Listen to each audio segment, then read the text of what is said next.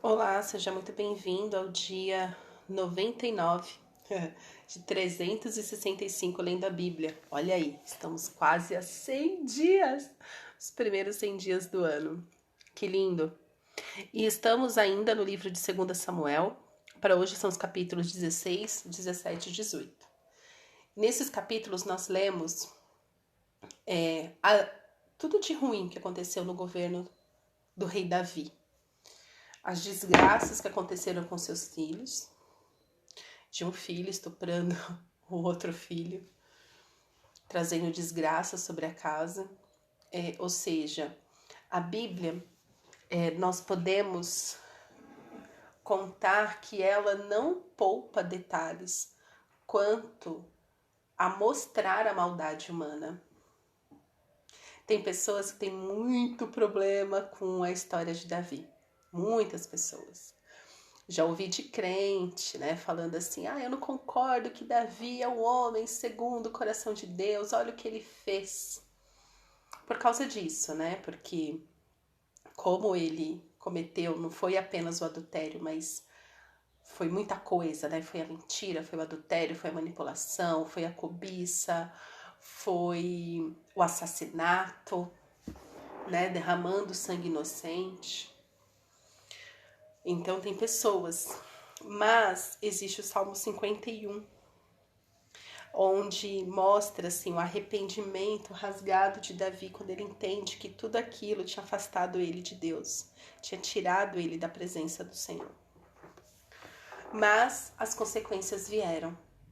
E os filhos de Davi, a Bíblia também não fala como era Davi como pai, mas parece que também ele não era um pai tão presente.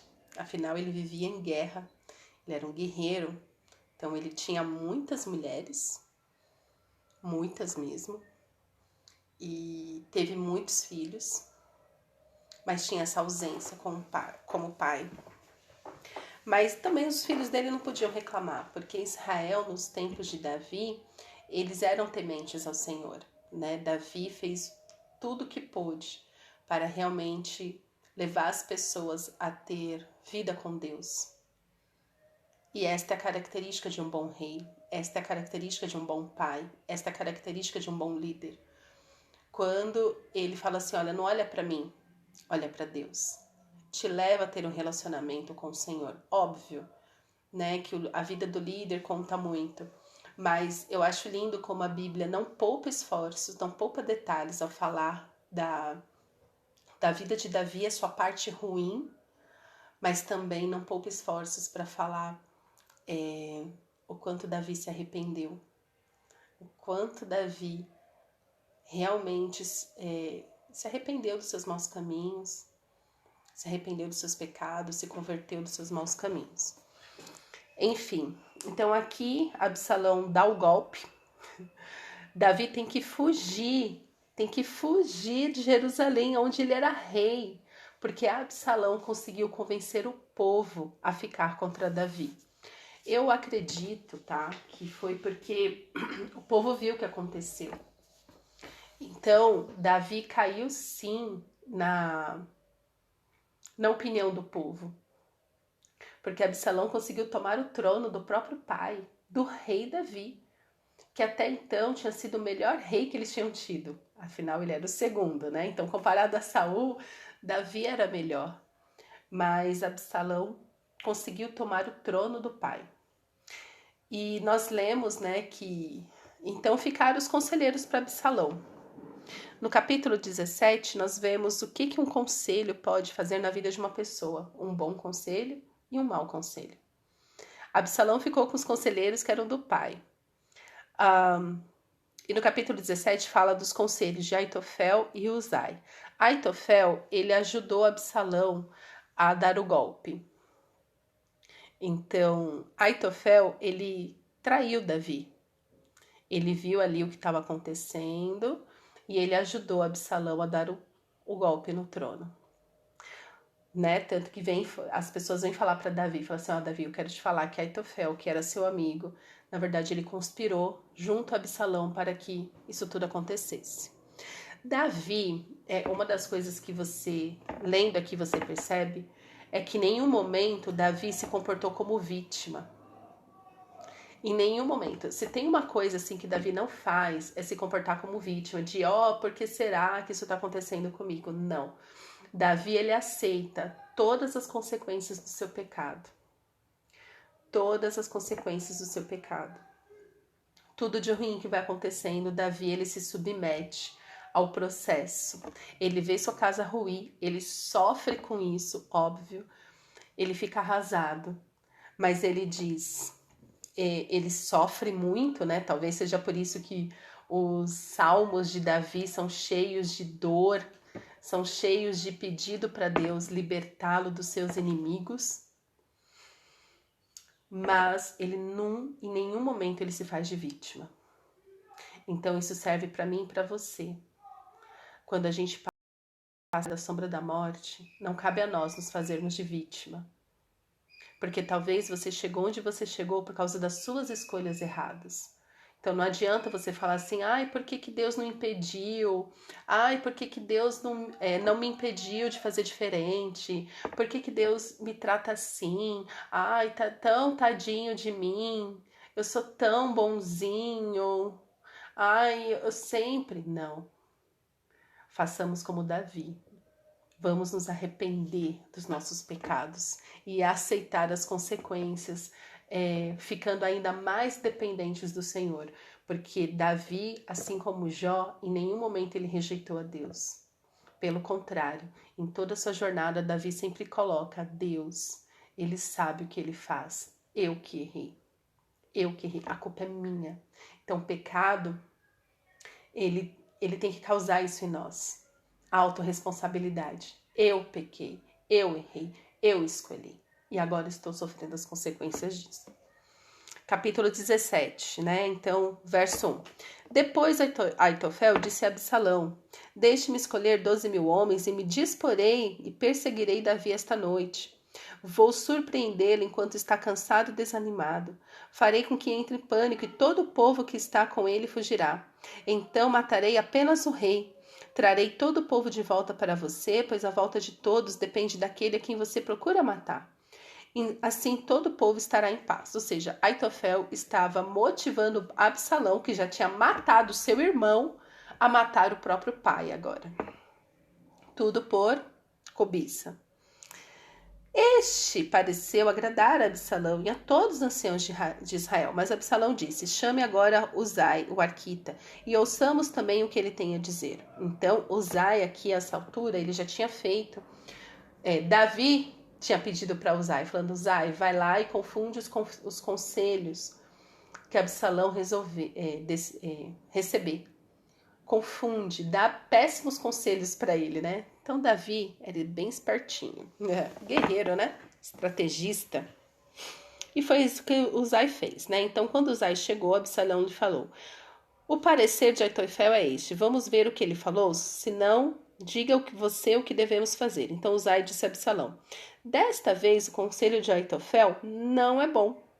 Uzai continuou: você conhece seu pai e os seus homens e sabe que são valentes. Estão enfurecidos como a ursa no campo, roubada de seus filhotes.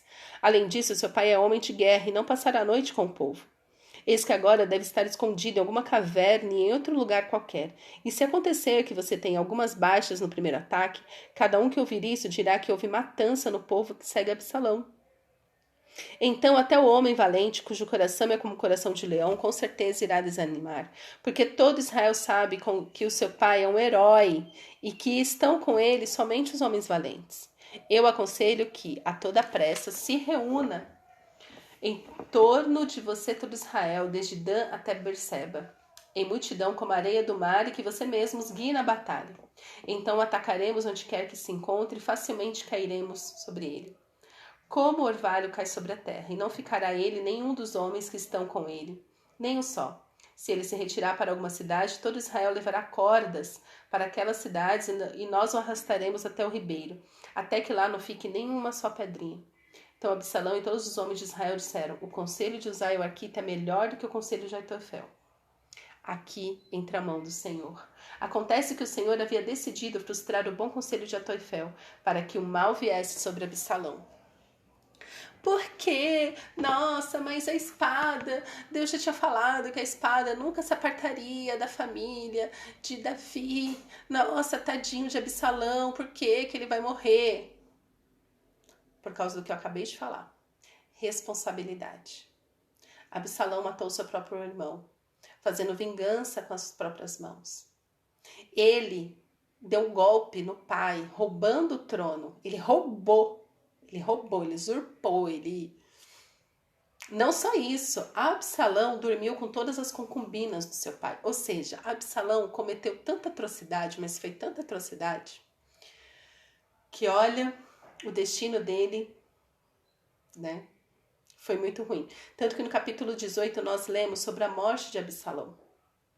Então, Absalão seguiu o conselho de Uzai. Aqui no capítulo 18, verso 23, nós lemos: quando Aitofel viu que o seu conselho não tinha sido seguido, preparou o jumento e foi para casa, na cidade em que morava, pôs em ordem seus negócios e se enforcou.